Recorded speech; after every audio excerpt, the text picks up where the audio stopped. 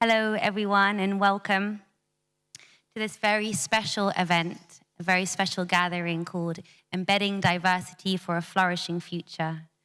I just want to invite you all to take a really deep breath in. You just traveled into central London. Allow your body to land, your mind to settle, and just to take in this special moment, this special evening, where we're going to have the opportunity to learn and listen to 6 extraordinary humans who have traveled over from Brazil. We also have the opportunity to be in the presence of each other. Going through the guest list this morning, it was so exciting to see all of these organizations and people and artists that have inspired me so much over the years. And I'm sure we've all been inspired by each other. So it's a true gift to share this space with you all.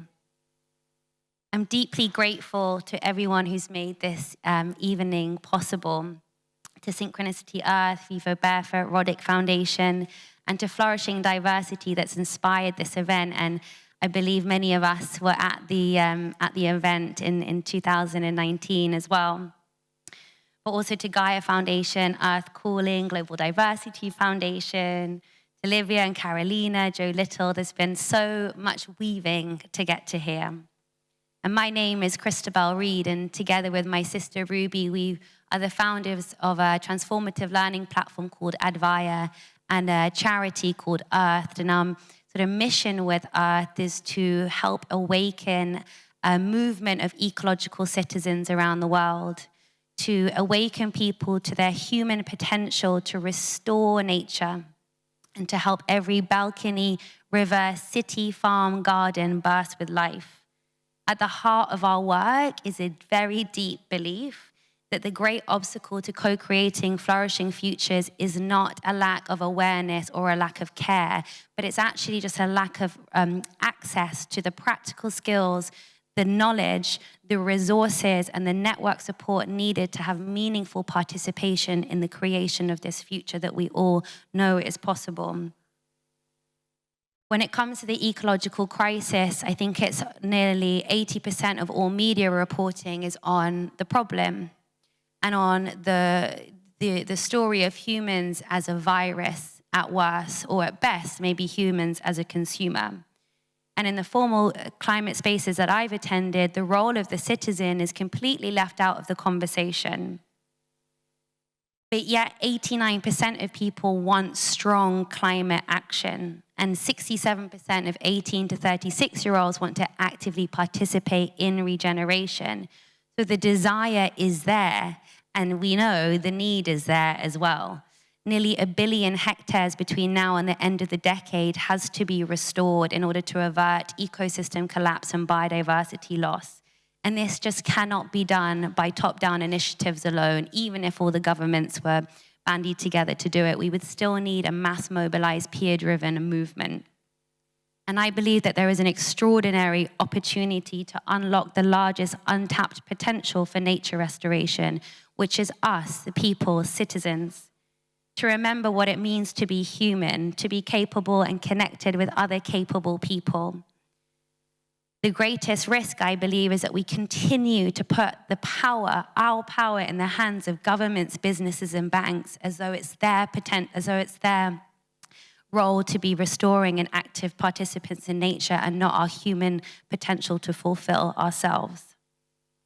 I've had the blessing to learn from many Indigenous communities and people that for millennia and still today, humans have lived as biodiversity builders, as ecosystem engineers, as land stewards.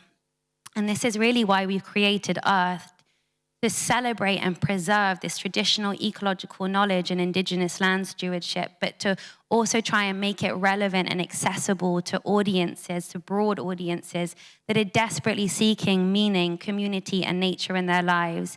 And to try and help empower, together with many other people, a movement of ecological citizens, so-called everyday people who have the skills that they need, who have that sense of being part of a movement, and who eventually have access to resources to be co-creating and participating together.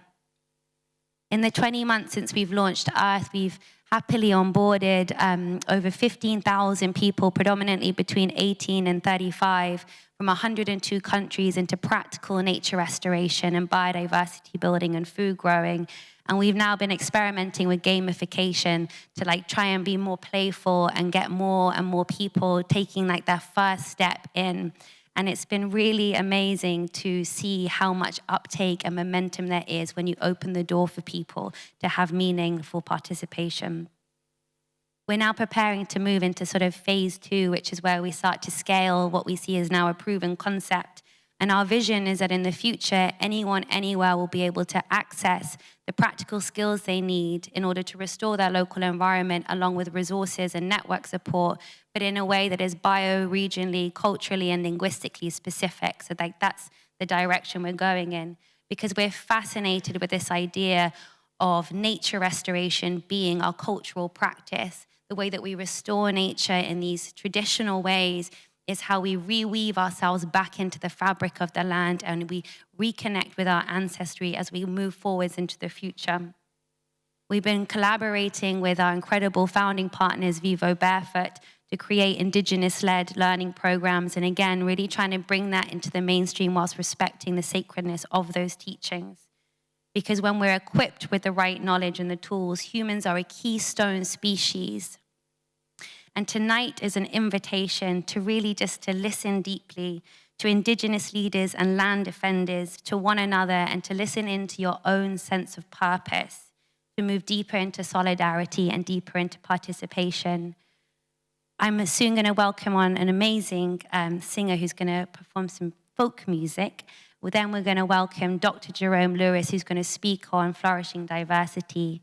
Then Yara Souza, who will introduce our amazing panel and amazing guests. And that's going to be facilitated by Nessie, Reid. And after a 90-minute conversation, hot poets are here. Where are they? There they are. And Liv and Chris are essentially going to be absorbing what's happening tonight. And then they're going to be writing a poem that they're then going to be performing at the end, which is really exciting.